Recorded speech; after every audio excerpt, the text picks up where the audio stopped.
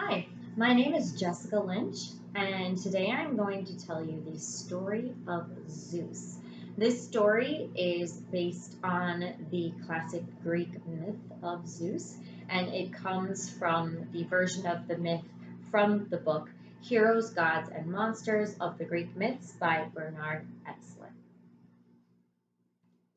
The story of Zeus.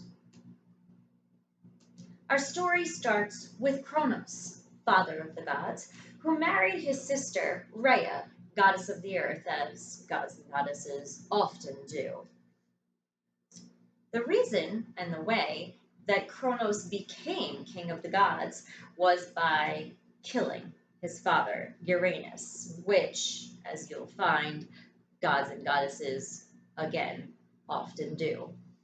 However, the dying Uranus prophesies to Kronos, "You murder me now and steal my throne, but one of your own sons will dethrone you, for crime begets crime."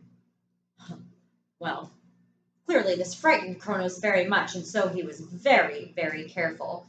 When Rhea bore his children, he made sure to swallow them whole, one by one, as they were born. First, his three daughters, Hestia, Demeter, and Hera, whoop, whoop, whoop, followed by his sons, Poseidon and Hades. Whoop, whoop, whoop. Well, this made Rhea very, very angry.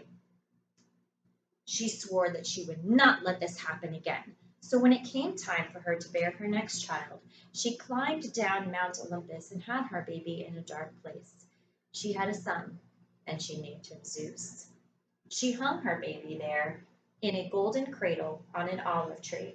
And when she went back up to Mount Olympus, she disguised a rock in swaddling clothes and presented this as the baby to Kronos. And guess what he did?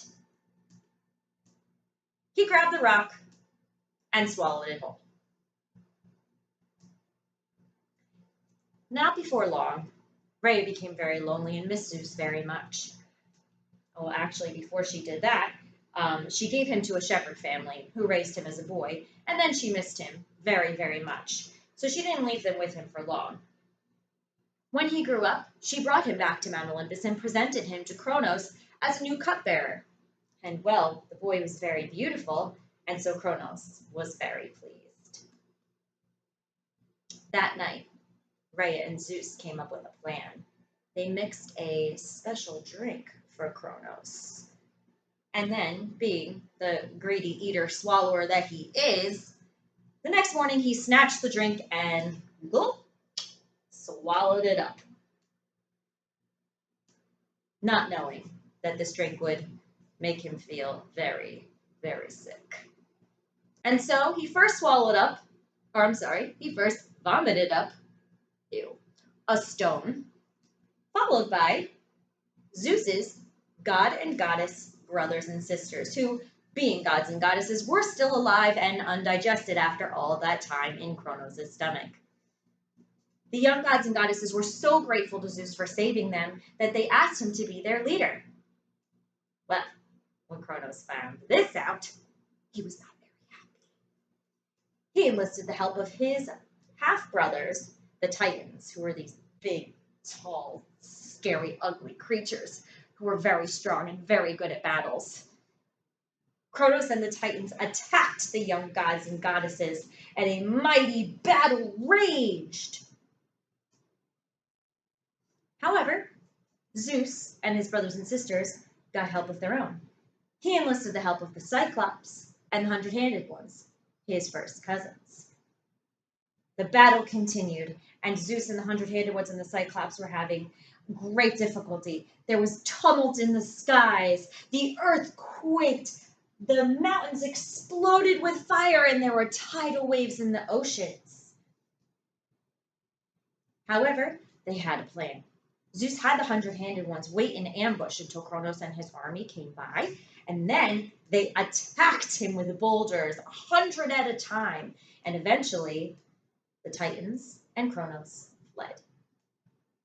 The young gods and goddesses had won the battle. They returned to Mount Olympus and crowned Zeus their king.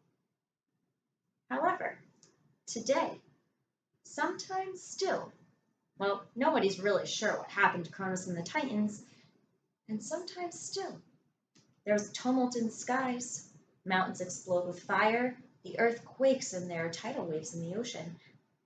But no one seems to really know why.